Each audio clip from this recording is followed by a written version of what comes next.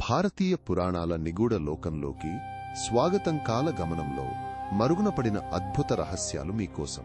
భగీరథుడు గంగాదేవిని భూమిపైకి రప్పించినప్పుడు శివుడి జటాజూటం నుండి ఆమె 7 పాయలుగా విడిపోయి అందులో జహ్నవి అనే ఒక పాయ జహ్ను మహర్షి చెవిలో నుండి బయటకు వచ్చిందని తక్కువ మందికి తెలుసు.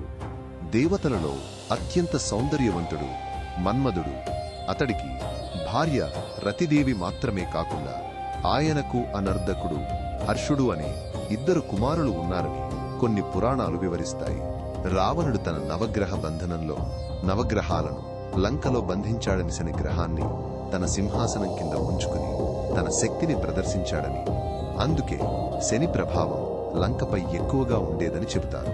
గరుత్మంతుడు తన వెనుక భాగంలో సర్పాలతో ప్రయాణించలేడని, అందుకే ఆయన శ్రీమహావిష్ణువును తన వాహనంగా స్వీకరించినప్పుడు ఆయన వెనుక భాగంలో ఒక సర్ప చిత్రపటాన్ని వేయించుకున్నాడని ఒక ఆసక్తికరమైన కథ ఉంది.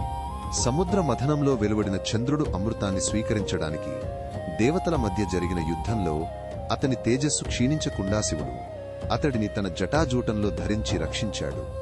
ఆది పరాశక్తి సృష్టికి మూలమైన అత్యున్నత దేవత అని ఆమె దుర్గాదేవి, లక్ష్మీదేవి, సరస్వతీదేవి వంటి వివిధ రూపాల్లో విశ్వాన్ని పరిపాలిస్తుందని దేవీ భాగవతం వివరిస్తుంది. ఇది దేవతల ఐక్యతకు ప్రతీక.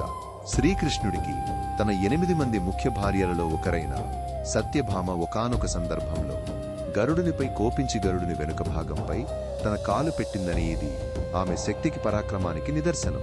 మహాభారత యుద్ధానంతరం కృష్ణుడి దేహత్యాగం తరువాత అర్జునుడు తన దివ్యమైన గాంధీవంను మోయలేకపోయాడని, దాని బరువును భరించలేకపోయి దానిని నదిలో వదిలివేశాడని తక్కువ మందికి తెలుసు.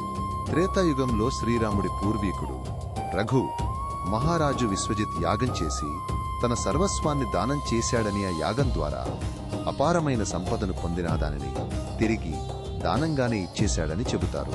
ఇంద్రుడికి గురువైన బృహస్పతి ఒకసారి అహంకారంతో తన తపోశక్తిని ప్రదర్శిస్తూ తన శిష్యులను నిర్లక్ష్యం చేయగా దేవతలు జ్ఞానాన్ని కోల్పోయి అసురులకు ఓడిపోవాల్సి వచ్చిందని పురాణాలు చెబుతాయి.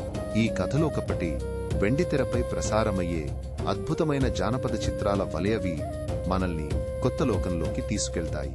ఈ అపురూప జ్ఞానాన్ని మరింత లోతుగా తెలుసుకోవడానికి మా ఛానల్కి ఇప్పుడే సబ్స్క్రైబ్ చేయండి.